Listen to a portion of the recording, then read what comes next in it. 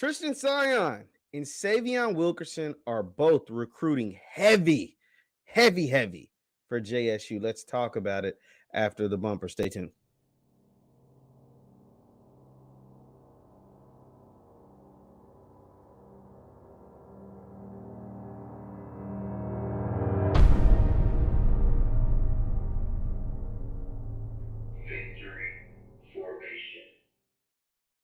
What is going on, everybody? What is going on, everybody? My name is JeffLightsyJr. This is the Victory Formation Sports Show right here on JeffLightsYJr. YouTube, Facebook, and wherever you get your podcasts. Be sure to come on into the room. Hit that thumbs up button, like, share, and subscribe. And if you want to support the channel, become a member. Thank you all to my members out there, and continue to support the channel. Now, I'm going to watch just some, housekeeping notes. I haven't watched the Coach Prime documentary yet. I know the first 2 episodes are out. I haven't seen it yet. I'm going to review every single episode, right? Like I'm going to individually review every episode. And then at the conclusion, I think it's 4 parts. The first 2 are out. I'll do a, review of episode 1, a review of episode 2. And then at the same with 3 and 4. And then at the conclusion, we're going to do a live call-in show to talk about the show, talk about the docuseries. If you watched it, I know I'm already on Twitter seeing a lot of JSU fans aren't going to watch it. They're like, hey, they told us to move on. We've moved on. And that's understandable. But for the folks who are watching it, like myself, and I'm going to watch it and see what's up. I have not seen any of it yet.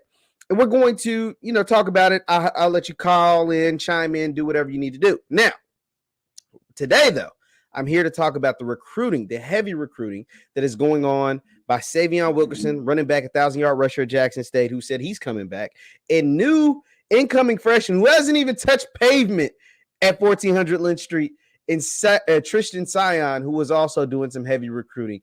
And it's beautiful to see, man, because every day we're hearing about either some for a long time we was hearing about all the JSU players that hit the portal, and every other day it seems like we're hearing about some JSU player committing to Colorado. Today, I think it was Jeremiah Brown. Yesterday or the day before, it was Alejandro Mata, the kicker. A couple days before that, it was all the guys that went to Colorado, Travis, and then before that, obviously it was Shador, and even before that, it was Tyler Brown. So we've been seeing all the JSU. I seen someone put the Jackson State Buffaloes, JSU Buffaloes.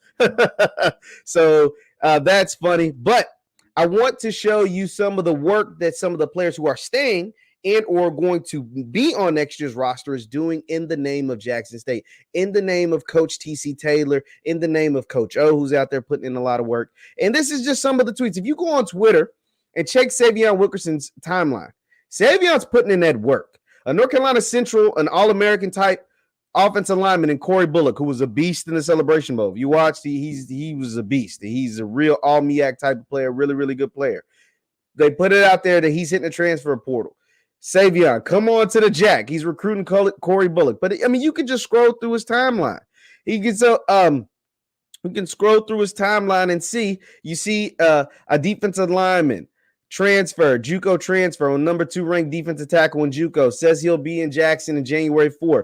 Sy'veon's like, let's do it. Now's Gaddy. When he announced that he was coming back to Jackson, Sy'veon, super excited. You got other instances where Sy'veon is just like, yo, Tristen Sion, this is him. I'll show the world it can be done from Jackson State, walking by faith. This is recent. This was in the last couple of hours if you're watching this live. And he says you can do it from anywhere. A couple of D1 and D2 HBCU kids got drafted last year. Both of these young men are putting in the work to make sure they have the best team possible. You see this young man puts out a tweet of a snake, of a FAMU type snake, and you got Tristen replying back with the JSU Tiger. You see Tristen all the way tweeting at Kevin Coleman, like, let's keep it going, brother. Like, come on back. You see these guys. They're putting in the work for Coach TC, and it's beautiful to see because Jackson State, and this was Tristen also letting the world know that he will be enrolling early. He's an early high school graduate. He'll be there for the spring ball. He'll be there to make his impact felt right away. And so when you see things like this, it's very, very encouraging. You got the Jackson State guys who have hit the portal, and there's some of them have decided to come back. The Kevrick Wiggins, the Niles Gaddies, they've decided to come back. You've had some that obviously committed to Colorado. And then you have some who said they're coming back and then hit the portal. I'm not going to say any names, but that was interesting too. You know what I'm talking about? You know what I'm talking about. But all in all, to see Sy'veon, to see Tristen, to see other ones, there's other guys out there doing the same thing as well. But I wanted to highlight those two because those are the two I see the most active on Twitter, the most active in getting new players, the most active in tweeting, current players, the most active in making sure that Coach TC Taylor, obviously TC and O are doing their thing behind the scenes, right? And there's probably other people doing their King Clark and other guys, the Tiger Talk 1400 Club, they're doing their thing behind the scenes, Mark Wall doing their things behind the scenes. But to see these guys out front, currently on the roster, currently signed, currently going to be on the team, actively recruiting guys back to their team, actively recruiting other guys to come to their team. That's what it's all about, man. That's awesome to see. That's what it's all about. And that says a lot, to me, says a lot about TC. It says whatever TC has been able, TC and O, I don't want to exclude O, but TC, O, and whoever else is left down there in Jackson, it shows what they're pouring into the kids is real and authentic. What they're saying to these young men is real and authentic. And the reason why it has to be because they wouldn't be pulling and trying to get other folks to be a part of this if whatever Coach O, Coach TC Taylor was saying to them wasn't real and authentic. Like, you're not going to pull somebody that you care about, somebody that you like, somebody that can benefit you and your team. You're not going to pull them into a toxic situation. You're going to pull them into a situation where it's a dumpster fire. You're not going to pull them or recruit them to somewhere where it is totally all the way messed up. Now, it may be different than what it used to be. And different is not a bad thing. Different is not always a bad thing. It may not be as glitz and glamour. It may be a little more blue collar. But for some folks, blue collar works a lot better. I heard he say, as Guthrie say, like, yo, this style, this coaching style, this coaching regime actually fits me a little better than the previous regime. That wasn't a knock to the previous regime. That was just his opinion. And then for a lot of people, that will be the case. Now, whether this new style, new regime is better is yet to be determined. But for some folks, it is as an individual. Some folks don't like all the glitz and glam and the shiny and all that stuff. Some folks like just to, put their head down and go to work. Put their head down and go to work and prove folks wrong. Folks that say this thing is going to stop to prove them wrong. Folks that think you aren't going to be what you once were to prove them wrong. Folks that think, well, if this person couldn't get you to that level, then you'll never get to that level. Prove them wrong. And by that level, I'm meaning Celebration Bowl wins, right? Because that didn't happen. And so just about proving them wrong and proving yourself right, betting on yourself. For the folks that'll be on the Jackson State roster in 2023, they are betting on themselves. They're not just trying to prove folks wrong. They're trying to prove that they are right and to showcase that they are right. And it's beautiful to see. And to see guys like Tristen Sion, I just wanted to give a special shout out to Tristen Sion and Sy'veon Wilkerson for doing what they're doing because nobody's forcing them to do that.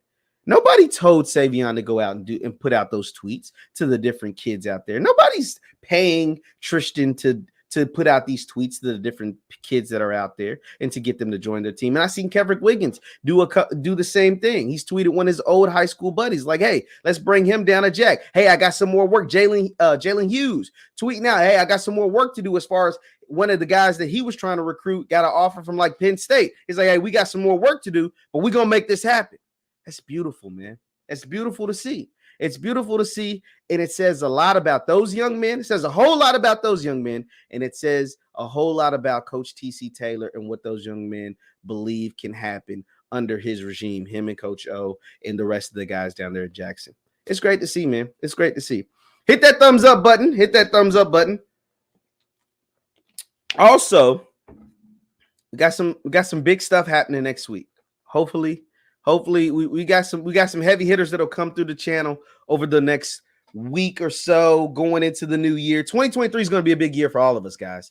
And I wish all of you nothing but blessings going into 2023. Continue to stay safe, stay healthy, and in Jackson, stay faithful.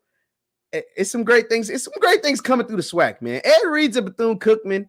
There was rumors that Kevin Sumlin was going to Grambling as the offense coordinator. I think those rumors got dispelled, but it's a lot of good stuff happening in HBCU football, specifically in the SWAC, and I love to see it, man. I think this thing is going to keep on rolling. This thing didn't start with one man, and it will not end with one man. And so I know that, and just seeing the players going out and recruiting other players actively on social media shows you that this thing is going to keep on rolling, because a couple of those guys are going to choose Jackson State. A couple of those guys are going to choose Bethune-Cookman and Grambling and Southern and FAMU and et cetera, et cetera. And that's going to make this thing snowball and continue to have massive, massive impact for the blacks, essentially for the black experience here in America. HBCU football, HBCU culture, Black American culture, foundational Black American culture, can't get that anywhere else. And so in sports is a big part of Black culture here in America. And getting the HBCU sports back popping the way it is, and to continue to have it going even after certain events happen, speaks a lot about you all. Speaks a lot about what you all are doing. So give yourself a pat on the back and a round of applause, because you're the reason why these kids, especially you JSU fans, and why these kids from Jackson State and other schools are actively recruiting. Because if, like I said, if it wasn't for what Coach TC has been able to pour into them, and you, the fan, has been able to pour into them, whether it's via social media, whether it's when you see them out on the town, whether it's cheering for them at the game, them seeing 50, 55, 60,000 people in the stands, that means a lot to people. 50,000. I mean, most of these kids never played in front of crowds 10,000 people, 20,000 people. I mean, you start getting to 30 and 40. I mean, group of 5 conferences. Most teams don't have a 60,000 seat stadium. JSU fans, I'm talking to you right now. Most schools, even in FBS, don't have a stadium that can seat 60,000 people. I went to Western Kentucky University when we were winning Conference USA championships, and it'd be a good day if we got 25,000 people. That's a good game. 26, never touch 30. You would never touch no 30. But if you got 20, you got 25, 28, that was a good day. And at the same time, you have majority of Black kids out there on the field looking at majority white faces in the crowd. You go to Jackson, you're averaging 42, 43. A rivalry game, you're going to get 50, 55, 60. Homecoming, you're going to get 60. And they look like you. It's unheard of, man. I've never seen it before. I had never seen it before. And so that's why I think that means a lot to these young men coming from wherever they come from. It means a lot. It means a lot, and they're showing it and they're expressing it actively. And that's beautiful, beautiful, beautiful to see.